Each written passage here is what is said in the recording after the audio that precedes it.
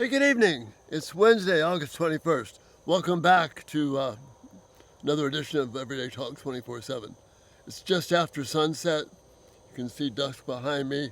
The sun has already set on the horizon. The question I have for us tonight is to consider this. What happens if we believe the enemy's lie that we live in a world that is random? What happens if we believe the enemy's lie that we live in a world that is random? See, the enemy of your souls and mine wants us to believe that everything is random, that there's no order, that there's no control of God, only our random choices.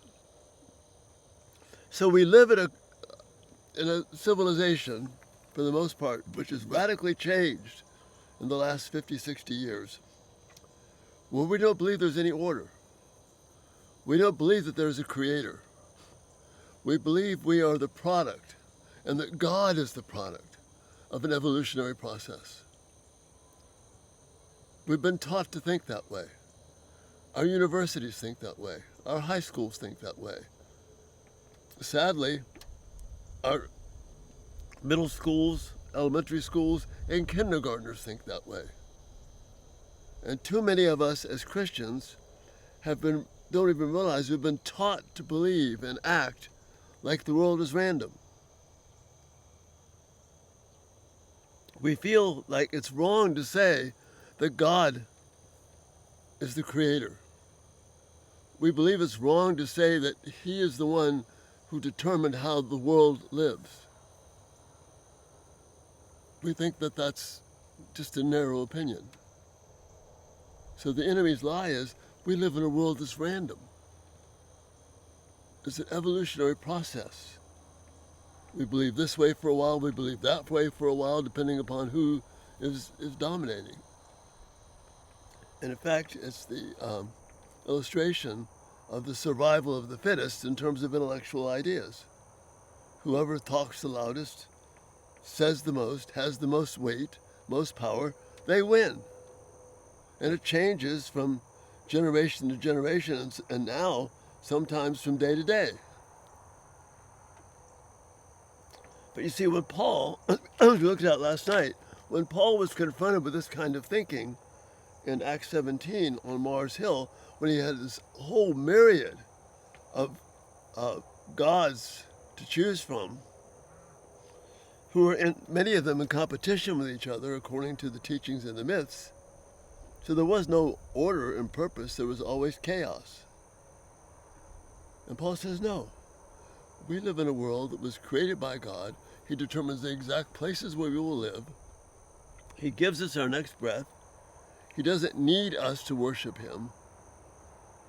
But He's calling us to live in this way, in this world, the way He designed it to function.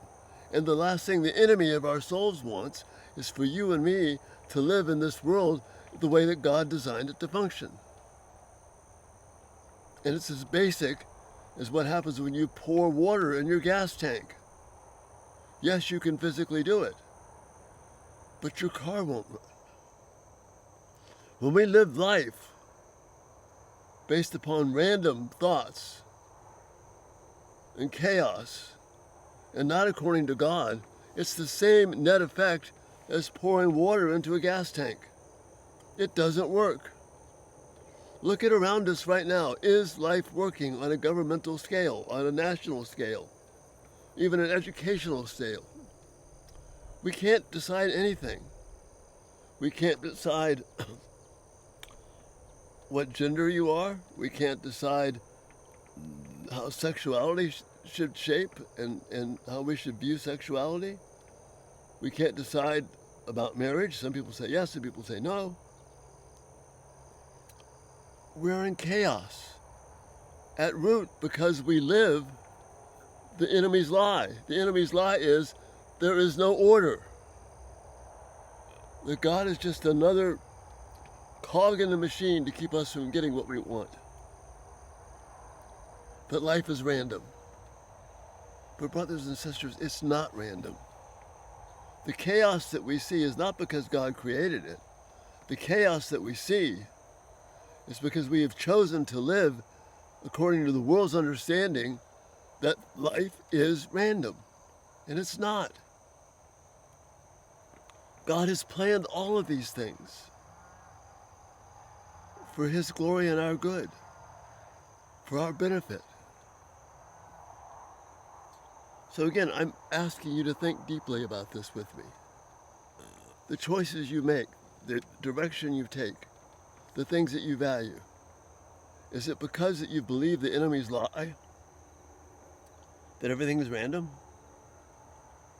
Or is it because you believe that there is a God who has ordered the universe so that we can find joy and peace and comfort and bring honor to His name by following the direction that He gives us?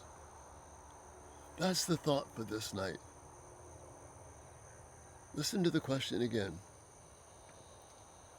Have we believed the enemy's lie that life is random? Think about that with me. Life is not random.